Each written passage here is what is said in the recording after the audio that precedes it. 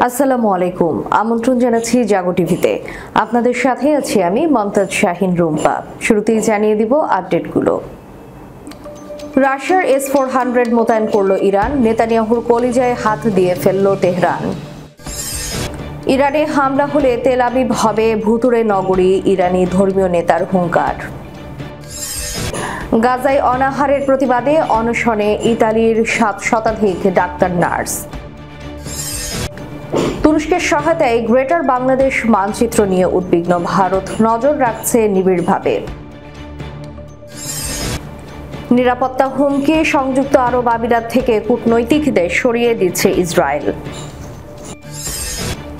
রাশিয়ার কাছাকাছি 2টি পারমাণবিক সাবমেরিন মোতায়েনের নির্দেশ দিল ট্রাম্প। সাগরে বিশাল সামরিক ঘাঁটি চীনের, উপগ্রহ চিত্রে ধরা পড়ল ছবি। গাজা যুদ্ধকে আর গণহত্যা না বলে পারছি না, ইসরায়েলি সাহিত্যিকের মন্তব্য। শুনছিলেন শিরোনাম, এবারে বিস্তারিত। রাশিয়ার S-400 মোতায়েন করল ইরান, নেতানিয়াহুর কলিজায় হাত দিয়ে ফেলল তেহরান। ইরান গত সপ্তাহে রাশিয়ার অত্যাধুনিক S-400 ট্রাইউবস আকাশ প্রতিরক্ষা ব্যবস্থা প্রথমবারের মতো মাঠে নিয়েছে, যা ইরানকে আকাশ প্রতিরক্ষা ক্ষেত্রে এক অনন্য উচ্চতায় নিয়ে যাবে। রাশিয়ার কাছ থেকে এই ক্ষেপণাস্ত্র প্রতিরক্ষা ব্যবস্থা পাওয়ার পর ইরান এখন আঞ্চলিক প্রতিরক্ষা শক্তি হিসেবে আরও শক্তিশালী হয়ে উঠেছে। শুধু রাশিয়ায় নয়, তাদের পরম মিত্র চীনের কাছেও অত্যাধুনিক সব আকাশ প্রতিরক্ষা ব্যবস্থা নিয়েছে ইরান। এই ঘটনার পর কট্টর ইসলাম বিদ্বেষী ইসরায়েলের প্রধানমন্ত্রী বেনিয়ামিন নেতানিয়াহুর কপালে যেন চিন্তার ভাঁজ। একটুখানি সুযোগ পেলেই ইরানে হামলার জন্য ওত পেতে থাকে ইসরায়েল। যদিও বিশ্বের অঘোষিত পরাশক্তি ইরানি মুসলিমদের কাছে পাত্তা পায় না দখলদাররা, যার প্রমাণ সম্প্রতি ঘটে যাওয়া ইরান ইসরায়েল সংঘাত। সেই যুদ্ধে আগ বাড়িয়ে ইরানের শান্তিপূর্ণ পরমাণু ঘাঁটিতে হামলা চালাতে গিয়ে উল্টো ইরানের মুহুর্মুহু সব ব্যালিস্টিক ক্ষেপণাস্ত্রের আঘাতে বিধ্বস্ত হয়ে পড়ে সমগ্র ইসরায়েল। শেষ পর্যন্ত মার্কিন প্রেসিডেন্ট ডোনাল্ড ট্রাম্পের হস্তক্ষেপে থেমে যায় এই সংঘাত।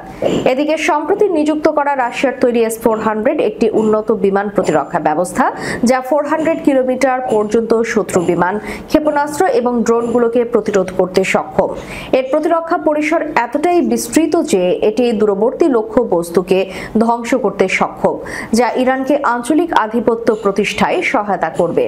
রাশিয়ার কাছ থেকে S-400 নিয়ে ইরান তার আকাশ প্রতিরক্ষা সক্ষমতা আরও বাড়িয়েছে, যা মধ্যপ্রাচ্যে ইরানের নিরাপত্তা নীতিকে পরিবর্তন করে ফেলতে পারে। ইরান তার সামরিক সক্ষমতা বাড়ানোর সাথে সাথে ইসরায়েলের নিরাপত্তা নিয়ে উদ্বেগ প্রকাশ করছে, যেন ঠিক নেতানিয়াহুর কলিজায় হাত দিয়ে ফেলেছে ইরান। নির্লজ্জ বেহাইয়া নেতানিয়াহুর যদি কাণ্ডজ্ঞান থেকে থাকে, তাহলে হয়তো আর কখনোই ইরানে হামলার পায়তারা করবে না। রাশিয়ার S-400 মোতায়েনের পর ইরান ইসরায়েলের চেয়েও আকাশ প্রতিরক্ষা ব্যবস্থায় এগিয়ে যাবে, তা আর বলার অপেক্ষা রাখে না। সূত্র কিয়েভ পোস্ট। ইরানে হামলা হলে তেল আবিব হবে ভুতুড়ে নগরী, ইরানি ধর্মীয় নেতার হুঙ্কার। ইরানের ওপর নতুন আগ্রাসন চালানোর বিরুদ্ধে ইসরায়েলকে সতর্ক করে তেহরানের একজন শীর্ষ ধর্মীয় নেতা বলেছেন, ইসলামিক প্রজাতন্ত্র আবার আক্রমণের শিকার হলে তেল আবিব ভুতুড়ে শহরে পরিণত হবে। শুক্রবার 1 জুলাই জুমার নামাজের খুতবায় আয়াতুল্লাহ সাইদ আহমদ খাদামি এই কথা বলেছিলেন। তিনি ইসরায়েলি নেতাদের সতর্ক করে তিনি বলেছেন, যদি তোমরা যুদ্ধবিরতি লঙ্ঘন করো অথবা তোমাদের উন্মাদনার পুনরাবৃত্তি করো, তাহলে আমরা ধ্বংসাত্মক অভিযানের মাধ্যমে ইসরায়েলকে চূর্ণ বিচূর্ণ করে দেব এবং তেল আবিবকে একটি ভুতুড়ে শহরে পরিণত করব। গত জুন মাসে শুরু হওয়া ইসরায়েলের 12 দিনের আগ্রাসনের সময় ইরানি জনগণের ঐক্যের প্রশংসাও করেছেন আয়াতুল্লাহ খাতামি। তিনি বলেছিলেন, শত্রুদের বিরুদ্ধে 12 দিনের যুদ্ধের সময় ইরানি জনগণ যা দেখিয়েছিল তা ছিল ইসলামী দেশ থেকে বিশ্বজুড়ে প্রেরিত একটি ঐক্যবদ্ধ কণ্ঠস্বর।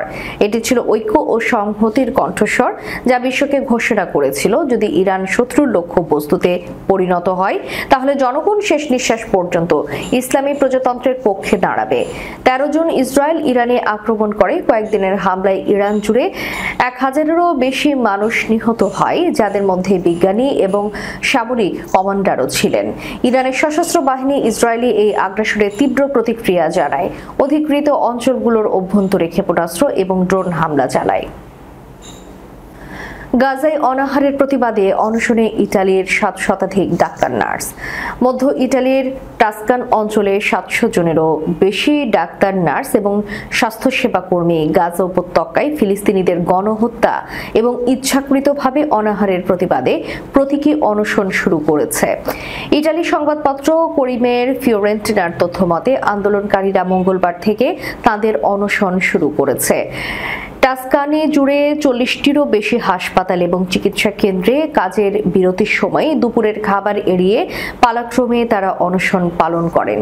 গাজার বেসামরিক নাগরিকদের সাথে সংহতি প্রকাশ করায় তারা এই অনশনে যোগ দিয়েছেন। চিকিৎসা কর্মীরা ইসরায়েলি হামলা নিন্দা জানিয়ে প্লাকার্ড প্রদর্শন করেন। তারা গাজার পরিস্থিতিকে নিয়মতান্ত্রিক গণহত্যা এবং অনাহারের অভিযান হিসেবে বর্ণনা করেছেন। অনশনকারীরা যেখানে কাজ করেন সেই স্বাস্থ্যসেবা কেন্দ্রের বাইরে নিজেদের ছবিও শেয়ার করেছেন।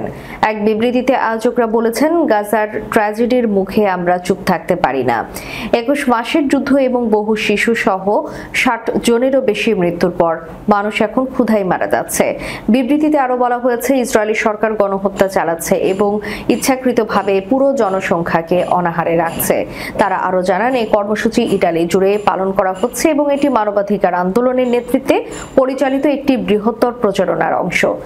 ইসরায়েলি আক্রমণের জন্য কিছু ইউরোপীয় দেশের দেওয়া রাজনৈতিক এবং সামরিক সহায়তাকে তারা প্রত্যাখ্যান করেছেন। তুরস্কের সহায়তায় গ্রেটার বাংলাদেশ মানচিত্র নিয়ে উদ্বিগ্ন ভারত নজর রাখছে নিবিড়ভাবে। বাংলাদেশের উপর ভারত নিবিড়ভাবে নজর রাখছে বলে জানিয়েছে ভারতের পররাষ্ট্রমন্ত্রী এস জয়শঙ্কর। ভারতের জাতীয় স্বার্থ ও নিরাপত্তার জন্য নয়াদিল্লি বাংলাদেশের ব্যাপারে বিশেষভাবে মনোযোগী বলেও উল্লেখ করেছেন তিনি। শুক্রবার 1 আগস্ট ভারতের পার্লামেন্ট লোকসভার বর্ষাকালীন অধিবেশনে জয়শঙ্করকে বিজেপির এক এমপি বলেন, সম্প্রতি ঢাকা বিশ্ববিদ্যালয়ে সালতানাতি বাংলা নামের একটি ইসলামপন্থী গোষ্ঠী তথাকথিত গ্রেটার বাংলাদেশ নামের একটি মানচিত্র প্রকাশ করে। ভারতের একাধিক রাজ্য সেই মানচিত্রে বাংলাদেশি ভূখণ্ড হিসেবে প্রদর্শন করা হয়। জবাবে জয়শঙ্কর বলেন, ভারত এই ইস্যুতে বাংলাদেশের সরকারের সঙ্গে যোগাযোগ করেছে।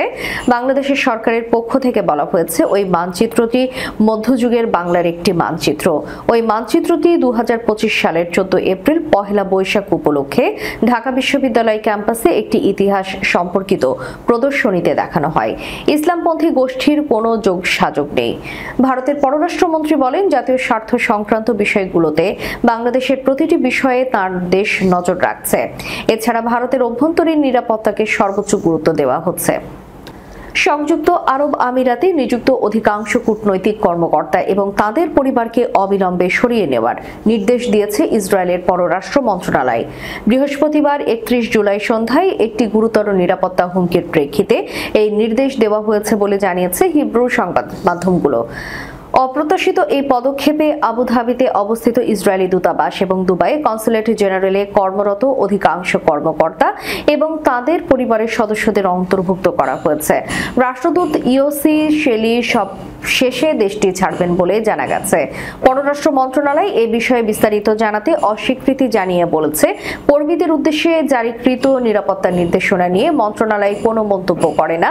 এই পদক্ষেপ এমন সময় নেওয়া হলো যখন ইসরায়েলের জাতীয় নিরাপত্তা পরিষদ সংযুক্ত আরব আমিরাত ভ্রমণে সতর্কতা বাড়িয়ে দিয়েছে এবং ইসরায়েলি ও ইহুদি নাগরিকদের উপর সম্ভাব্য হামলার আশঙ্কার কথা জানিয়েছে, বিশেষ করে ধর্মীয় উৎসব বা ছুটির সময়।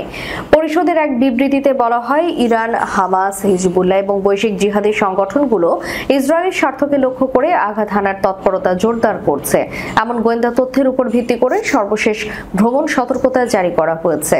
পরিষদ আরো জানিয়েছে, সম্প্রতি ইরানের সঙ্গে যুদ্ধে ইসরায়েলের সাফল্যের পর পাল্টা হামলার প্রবণতা বেড়েছে। সেই সঙ্গে গাজায় চলমান যুদ্ধ শুরু হওয়ার পর থেকে ইসরায়েল বিরোধী উস্কানিও নাটকীয়ভাবে বেড়েছে। বর্তমানে ইসরায়েল গাজার জনগণের বিরুদ্ধে একটি পরিকল্পিত অনাহার অভিযান চালাচ্ছে বলে আন্তর্জাতিক মহল দাবি করেছে। গাজা থেকে আসা মর্মান্তিক ছবি বিশ্বজুড়ে ব্যাপক ক্ষোভ এবং সমালোচনার সৃষ্টি করেছে। সাবেক রুশ প্রেসিডেন্ট দিমিত্রি মেদভেদেভের হুমকিতে কেন্দ্র করে রাশিয়ার আশপাশে দুটি পারমাণবিক সাবমেরিন মোতায়েনের নির্দেশ দিয়েছেন যুক্তরাষ্ট্রের প্রেসিডেন্ট ডোনাল্ড ট্রাম্প। শুক্রবার নিজের সোশ্যাল মিডিয়া প্ল্যাটফর্ম ট্রুথ সোশ্যালে দেওয়া এক পোস্টে ট্রাম্প জানান, সাবেক রুশ প্রেসিডেন্ট মেদভেদেভের হুমকিমূলক মন্তব্যকে তিনি গুরুত্বের সঙ্গেই নিয়েছেন। পোস্টে ট্রাম্প লেখেন, এই ধরনের উস্কানিমূলক এবং বোকামিপূর্ণ মন্তব্য শুধু কথার কথা নাও হতে পারে। এই বিবেচনায় আমি দুটি পারমাণবিক সাবমেরিনকে উপযুক্ত এলাকায় মোতায়েনের নির্দেশ দিয়েছি। মেদভেদেভ বর্তমানে রাশিয়ার নিরাপত্তা পরিষদের উপ চেয়ারম্যান হিসেবে দায়িত্ব পালন করছেন। বৃহস্পতিবার তিনি হুঁশিয়ারি দিয়ে বলেন, যুক্তরাষ্ট্র যেন ভুলে না যায় সোভিয়েত যুগের শেষ অস্ত্র প্রয়োগের সক্ষমতা এখনো মস্কোর হাতে আছে। এই মন্তব্যের পরপরই ট্রাম্পের তরফে আসে জবাব, যা বিশ্ব রাজনীতির উত্তেজনাপূর্ণ প্রেক্ষাপটে নতুন করে আলোড়ন তুলেছে। আন্তর্জাতিক কূটনৈতিক মহলে এই পদক্ষেপকে ওয়াশিংটনের এক প্রকার সিগন্যালিং হিসেবেই দেখা হচ্ছে। বিশ্লেষকদের মতে, যদিও এটি সরাসরি সংঘর্ষের সূচনা নয়, তবে এর মাধ্যমে ট্রাম্প মূলত রাশিয়ার প্রতি কড়া বার্তা দিয়েছেন যে হুমকির ভাষা বরদাস্ত করা হবে না। বর্তমানে বৈশ্বিক ভূ রাজনৈতিক পরিস্থিতি দ্রুত পরিবর্তনশীল। এই প্রেক্ষাপটে পরমাণু শক্তিধর রাষ্ট্রগুলোর এমন পাল্টাপাল্টি অবস্থান আন্তর্জাতিক নিরাপত্তা নিয়ে নতুন উদ্বেগের জন্ম নিচ্ছে।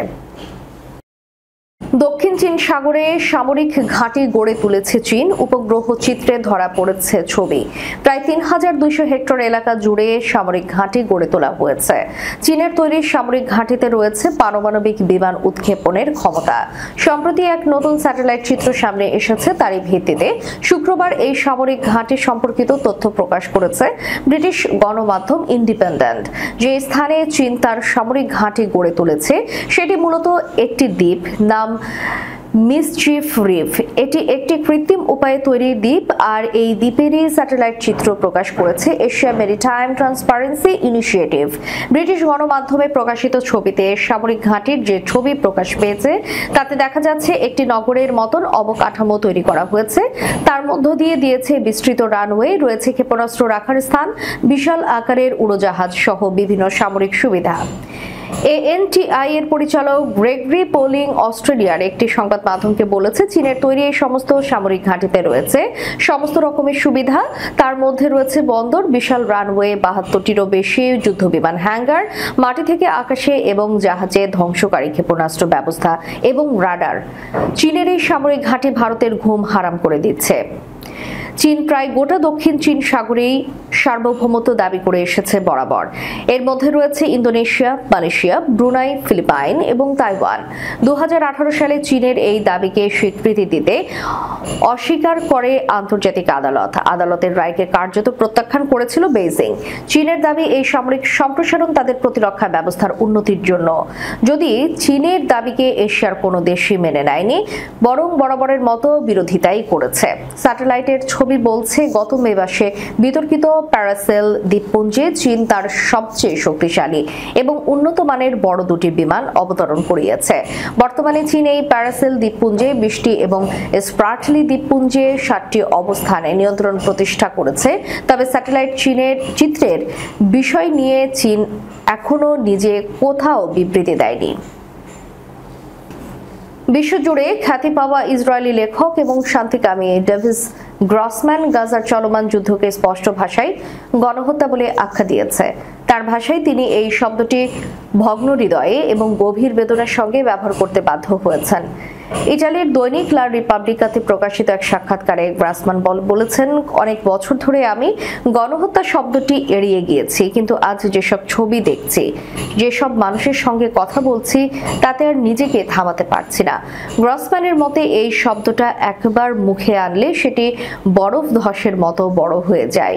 এটি শুধু শব্দ নয়, এর সঙ্গে যুক্ত হয় আরো ধ্বংস, আরো যন্ত্রণা। ইসরায়েলি সরকারের কট্টর সমালোচক হিসেবে পরিচিত গ্রসম্যান ২০১৮ সালে দেশটির সর্বোচ্চ সাহিত্য পুরস্কার ইসরায়েলের প্রাইজ পেয়েছেন। তিনি দীর্ঘদিন ধরে শান্তিপূর্ণ সহাবস্থানের পক্ষে সোচ্চার। তার সাহিত্যকর্ম অনুদিত হয়েছে বহু ভাষায়। গাজার দুর্ভিক্ষ এবং মানবিক বিপর্যয়ের প্রসঙ্গে তিনি বলেন, ইসরায়েল ও দুর্ভিক্ষ, এই দুটি শব্দ একসঙ্গে উচ্চারণ করাই আমার কাছে ভয়ঙ্কর। আমরা যারা একসময় ইতিহাসের ভয়ালতম গণহত্যার শিকার হয়েছিলাম, তাদের তো মানবিকতা নিয়ে আরো সংবেদনশীল হওয়ার কথা ছিল। গ্রসম্যানের এই বক্তব্য এমন এক সময়ে এলো যখন ইসরায়েলের গাজা অভিযান নিয়ে আন্তর্জাতিক মহলে সমালোচনা তুঙ্গে। কয়েকদিন আগেই দেশটির একটি বড় মানবাধিকার সংস্থা গাজার পরিস্থিতিকে গণহত্যা হিসেবে বর্ণনা করেছে। শেষ করার পূর্বে সংবাদ শিরোনামগুলো জানিয়ে দিব আরও একবার। রাশিয়ার S-400 মোতায়েন করল ইরান, নেতানিয়াহুর কলিজায় হাত দিয়ে ফেলল তেহরান। ইরানে হামলা হলে তেল আবিব হবে ভুতুড়ে নগরী, ইরানি ধর্মীয় নেতার হুঙ্কার। গাজায় অনাহারের প্রতিবাদে অনশনে ইতালির 7 শতাধিক ডাক্তার নার্স। তুরস্কের সহায়তায় গ্রেটার বাংলাদেশ মানচিত্র নিয়ে উদ্বিগ্ন ভারত, নজর রাখছে নিবিড়ভাবে। নিরাপত্তা হুমকি, সংযুক্ত আরব আমিরাত থেকে কূটনৈতিকদের সরিয়ে দিচ্ছে ইসরায়েল। রাশিয়ার কাছাকাছি 2টি পারমাণবিক সাবমেরিন মোতায়েনের নির্দেশ দিল ট্রাম্প। সাগরে বিশাল সামরিক ঘাঁটি চীনের, উপগ্রহ চিত্রে ধরা পড়ল ছবি। গাজা যুদ্ধকে আর গণহত্যা না বলে পারছি না, ইসরায়েলি সাহিত্যিকের মন্তব্য। এতক্ষণ আমাদের সাথে থাকার জন্য ধন্যবাদ। আল্লাহ হাফেজ।